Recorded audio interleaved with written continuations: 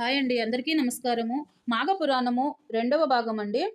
శివుడు పార్వతీదేవికి మాఘమాసము గురించి చెబుచున్నారు. వశిష్ఠుల వారిని దిలీపుడు మరలా ఇట్లు ప్రశ్నించెను. మహాముని, ఈ మాఘమాస మహత్యమును ఇంకనూ వినాలని కోరిక కలుగుతున్నది అని ప్రార్థించారు. వశిష్ఠులు చెప్పసాగారు. పార్వతీదేవికి శివుడను నారదునకు బ్రహ్మయు మాఘమాస మహత్యమును గురించి చెప్పుచున్నారు. కాననే శివుడు పార్వతీదేవికి చెప్పిన విధముగా వివరించదను వినండి.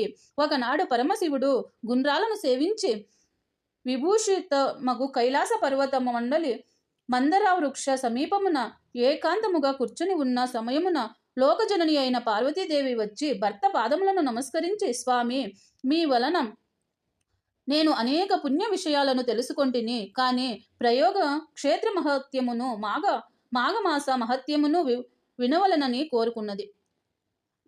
కానీ ఈ ఏకాంత సమయమంతా క్షేత్ర మహిమలను వివరింపండి అని ప్రార్థించుచున్నది.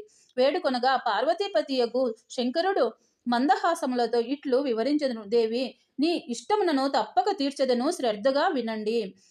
సూర్యుడు మకర రాశి యందు ఉండగా మాఘమాసమునందు ప్రాంతకాలమున ఏ మానవుడు నదిలో స్నానము చేయునో అతడు సకల పాపముల నుండి విముక్తుడు కాగలడు. అంతేకాక జన్మాంతమున మోక్షమును పొందును. అటులనే మాఘమాసంలో సూర్యుడు మకర రాశి ఎందుండగా ప్రయోగ క్షేత్రమునందే నరుడు స్నానం ఆచరించినచో అతనికి వైకుంఠ ప్రాప్తి కలుగును. అంతేకాదు, జీవనది పుణ్యనది లేకున్నను కడుగు గోపాదము మునుగునంత నీరు ఉన్న చోటనైనా తటకమునందు కాని మాఘమాసంలో చేసిన ప్రాంతకాల స్నానము గొప్ప ఫలమునిచ్చుటయే కాక సమప్త పాపములను పోగొట్టును. రెండవ రోజు స్నానమాచరించిన విష్ణులోకమునకు పోవును. మూడవ నాటి స్నానమునందు విష్ణు సందర్శనము కలుగును. మాఘమాసమునందు ప్రయోగక్షేత్రము ఎందుగల గంగా నదిలో స్నానమాచరించిన ఎడల ఆ మనుజులందరికీ మరుజన్మ అనేది ఉండదు. దేవి, మాఘమాస స్నాన ఫలము అంతా ఇంత అని చెప్పతగలదు. మాఘమాసమునందు భాస్కరుడు మకర రాశి ఎందుండగా ఏది అందుబాటులో ఉన్నా, అనగా నది కాని, చెరువు కాని, నుయ్యి కాని, కాలువ కాని, లేదా గోపాదము మునుగునంత నీరున్న చోట కాని ప్రాంతకాలమున స్నానమాచరించి సూర్య భగవానునకు నమస్కరించి తనకు తోచిన దాన ధర్మములు చేసి శివాలయమున కాని, విష్ణు ఆలయమున కాని దీపము వెలిగించి భక్తి శ్రద్ధలతో అర్చన చేసిన మానవునకు వచ్చు పుణ్యము అంతా ఇంత అని చెప్పతగదు. ఏ మానవుడైనను తన శరీరంలో శక్తి లేక కడక్ బావి యందు అయినా స్నానము ఆచరించి శ్రీవారి దర్శనము చేసినచో అతడెట్టి కష్టములు అనుభవించుచున్నను ఆ కష్టములు మేఘము వలె కరిగిపోవును. విడిపోయి విముక్తుడు కాగలడు. ఎవరైనను తెలిసి కాని తెలియక గాని మాఘమాసములో సూర్యుడు మకర రాశి యందు ఉండగా నది స్నానం ఆచరించి ఎదల అతనికి అశ్వయోధయాగము చేసినంత పుణ్యము కలుగును. ఆ యదముగా మాఘమాస మంతయు ప్రాంతకాలమున నదిలో స్నానము చేసి శ్రీమన్నారాయణుని పూజించి సాయంకాల సమయమున మాఘపురాణము చదివి విష్ణు మందిరమున కాని, శివాలయమున కాని దీపము వెలిగించి ప్రసాదములు సేవించి ఎదడ అతనికి తప్పని విష్ణులోక ప్రాప్తి కలుగుటయే కాక పునర్జన్మ యొక్కటి కాని కలగదు. ఇటుల ఒక పురుషులే కాక స్త్రీలు కూడా ఆచరించవచ్చును. మానవుడు జన్మమెత్తిన తరువాత మరలా ఘోర పాపములను చేసి మరణాంతరము అయిన రౌరవాది నరక బాధలు అనుభవించుటే కాక తాను బ్రతికి ఉన్నంత కాలము మాఘమాసమునందు నది స్నానము చేసి దాన ధర్మాన్ని పుణ్యములను నాచరించి వైకుంఠ ప్రాప్తి పొందుట శ్రేయస్కరముగా కలుగును. ఇదే మానవుడు మోక్షము పొందుటకు మార్గము. ఓ పార్వతి, ఏ మానవుడు మాఘమాసమునను తృణీకరించునో అట్టివాడు అనుభవించు నరక బాధల గురించి వివరించదను, ఆలకింపుము. నేను తెలియజేసిన విధముగా ఏ మానవుడు మాఘమాసము యందు ప్రాంతకాలమున నది స్నానము కాని, జపము కాని, విష్ణు పురాణము కాని, యథాశక్తి దానాది పుణ్యకార్యములను కాని చెయ్యడో అట్టివాడు మరణాంతరమున సమప్త నరక బాధలను అనుభవించును. కుంభీనమునను నరకములలో పడబ్రోయుచుండును, అగ్నిలో కాల్పబడును, రంపముల చేత ఖడ్గముల చేత నరకబడును, సలసలా కాగు నూనెలో పడివేయబడును. భయంకరగులుగు యమకింకరులచే పీడింపబడును. ఏ స్త్రీ వేకువ జామున లేచి కాలకృత్యములను తీర్చుకొని నదికి పోయి స్నానము చేసి సూర్య నమస్కారములు, విష్ణు పూజ చేసి తన భర్త పాదములను నమస్కరించి అత్తామామల సేవలు చెయ్యునో అట్టి ఉత్తమ స్త్రీ ఐదవ తనముతో వృద్ధిల్లి ఇహం నందు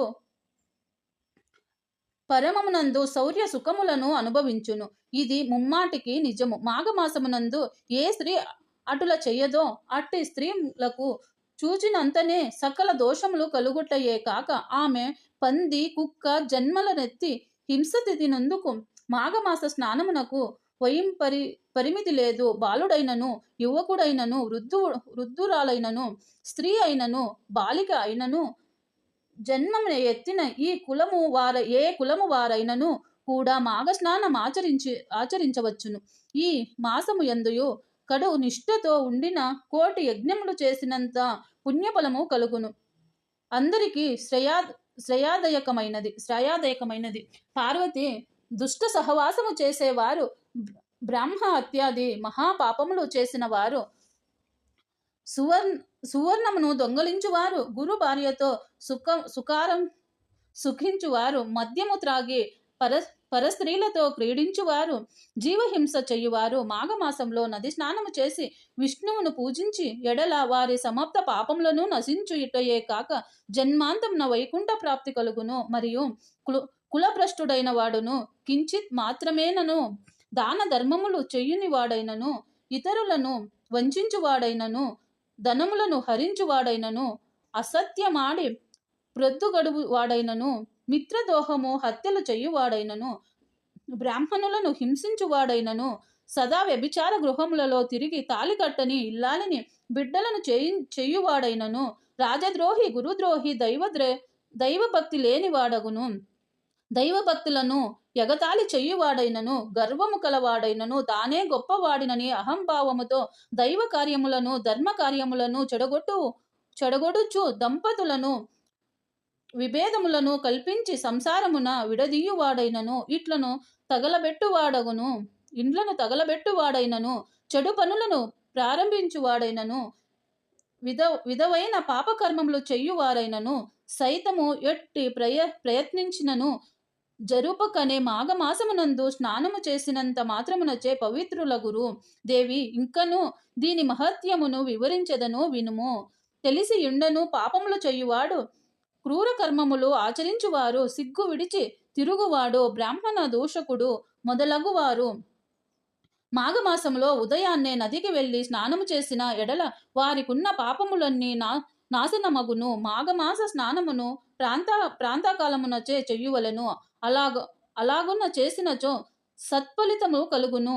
ఏ మానవుడు భక్తి శ్రద్ధలతో మాఘమాసమున మొదటి నుండి ఆఖరు పర్వతము స్నానములు చేసినది సంకల్పించును, అటువంటి మానవునికున్న పాపములు తొలగిపోయి ఎటువంటి దోషములనైనను పరిశుద్ధపడును. అతడు పరమ పదయు చేరుటకు అర్హుడగును. శాంభవి, 12 మాసములలోనూ మాఘమాసము మిక్కిలి ప్రసిద్ధి అయినది. సకల దేవతలలో శ్రీమన్నారాయణుడు ముఖ్యము. అన్ని శాస్త్రములలో వేదము ప్రధానమైనది. అన్ని జాతులలో బ్రాహ్మణ జాతి, అన్ని పర్వతములలో మేరు పర్వతము గొప్పది. అటులనే అన్ని మాసములలో మాఘమాసము శ్రేష్టమైనది. ఉడచేత ఈ మాసమంతా ఆచరించండి. ఏ స్వల్ప కార్యమైనను గొప్ప ఫలితాన్ని కలగచెయ్యును. చలిగానున్నదని స్నానము చేయలేని మనుష్యుడు తనకు లభించబోయే పుణ్యఫలమును కాలితో తన్నుకొన్నట్లే అగును. వృద్ధులు, జబ్బుగానున్నవారు, చలిలో చన్నీళ్లలో స్నానము చేయలేని వారు కాన అట్టి వారికి ఎండు కట్టెలు తెచ్చి అగ్ని రాజవేసి వారిని చలిగా కాగనిచ్చి తరువాత స్నానము చేయించ ఎడల ఆ స్నాన ఫలమును పొందగలరు. చలిగా కాగన వారు స్నానము చేసి శ్రీవారి దర్శించిన పిమ్మట అగ్నిదేవునికి, సూర్య భగవానునికి నమస్కరించి నైవేద్యము పెట్టవలెను. మాఘమాసంలో శుచి అయిన ఒక బీద బ్రాహ్మణునికి వస్త్రదానము చేసిన ఎడల శుభ ఫలితము కలుగును. ఈ విధముగా ఆచరించండి. వారిని చూసి ఏ మానవుడైనా అపహాస్యము చేసినను లేదా అడ్డు తగిలినను మహాపాపములు సంప్రాప్తించును. మాఘమాసమున ప్రారంభము కాగానే వృద్ధులకు తండ్రిని, తల్లిని, భార్యను లేక కుటుంబ సభ్యులందరినీ మాఘమాస స్నానం ఆచరించవలయనే మానవుడు చెయ్యునో అతనికి మాఘమాస ఫలితము తప్పక కలుగును. ఆ విధముగానే బ్రాహ్మణునికి కాని, వైశ్యునికి కాని, క్షత్రియునికి కాని, శాత్రునికి కాని మాఘమాస స్నానమును చెయ్యుమని చెప్పిన ఎడల వారు పుణ్యలోకమునకు పోవుటకుయే అడ్డంకులను ఉండవు. మాఘమాస స్నానములు చేసిన వారికి కాని, చెయ్యలేని వారిని కాని, ప్రోత్సహించు వారను కాని చూసి ఆక్షేపించి పరిహాసములలాడు వారికి ఘోర నరక బాధలు కలుగును. ఆయుక్షీణము, వంశక్షీణము కలిగి దరిద్రులగురు. నడచుటకు ఓపిక లేని వారు మాఘమాసంలో కాళ్ళు చేతులు ముఖము కడుగుకొని తలపై నీళ్లు చల్లుకొని సూర్య నమస్కారములు చేసి మాఘపురాణమును చదువుట గాని వినట కాని చేసిన ఎడల జన్మాంతమున విష్ణు సాన్నిధ్యమున పొందుదురు. పాపము దరిద్రము నశించి మాఘమాస స్నానము కన్నా మరొక పుణ్యకార్యమేమియూ లేదు. మాఘమాసము వలన కలుగు ఫలితం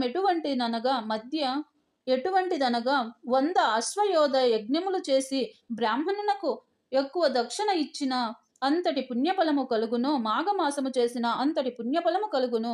బ్రాహ్మణ హత్య, పితృహత్యాది మహాపాతకములు చేసిన మనుజుడైనను మాఘమాసమంతా కడు నిష్ఠతోనున్న ఎడల రౌరరాది నరకముల నుండి విముక్తుడగును. కనుక ఓ పార్వతి, మాఘమాస స్నానము వలన ఎట్టి ఫలితము కలుగునో వివరించి తిని కన నే చెప్పిన రీతిని ఆచరించండి. అందరికీ శుభప్రదము. మాఘపురాణం అండి 2వ భాగం సమాప్తం.